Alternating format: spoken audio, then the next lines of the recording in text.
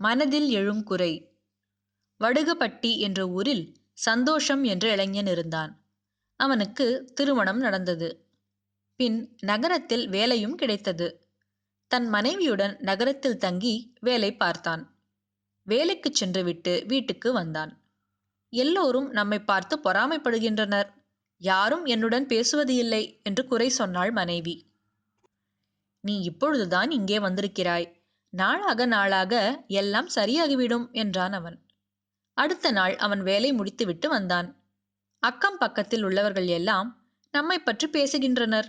நான் வருவதை பார்த்ததும் பேசுவதை நிறுத்திவிட்டனர் என்றாள் அவள். இப்படியே அவள் நாள்தோறும் அக்கம் பக்கத்தில் உள்ளவர்களை பற்றி குறை சொன்னாள். இனி நம்மால் இங்கே இருக்க முடியாது, வேறு இடம் பாருங்கள் என்றாள்.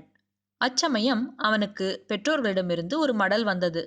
அதில் ஒரு வாரம் நடக்கும் ஊர் திருவிழாவிற்கு குடும்பத்துடன் வர வேண்டும் என்று எழுதியிருந்தது. மனைவியிடம் அந்த மடலை காட்டி, எனக்கு அலுவலகத்தில் நிறைய வேலை இருப்பதால் என்னால் வர முடியாது, நீ மட்டும் சென்று திருவிழா முடியும் வரை இருந்துவிட்டு வா என்றான். அவளும் அவன் சொன்னதை கேட்டு ஊருக்கு சென்றாள். அங்கே ஒரு வாரம் தங்கிவிட்டு வந்தாள். பயணம் எப்படி இருந்தது? என் வீட்டில் உள்ளவர்கள் உன்னை நன்றாக கவனித்துக் கொண்டார்களா என்று கேட்டான் அவன். அங்கே மாடு மேய்க்கும் வேலனே என்னை எதிரியை போல பார்த்தான். மற்றவர்களை பற்றி சொல்லவா வேண்டும்? இனி என்னை அங்கே போகச் சொல்லாதீர்கள் என்றாள் அவள்.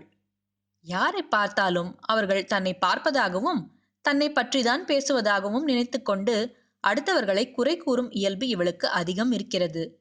இவளின் குணத்தை மாற்றியே ஆக வேண்டும் என்று நினைத்தான் சந்தோஷம். நீதி.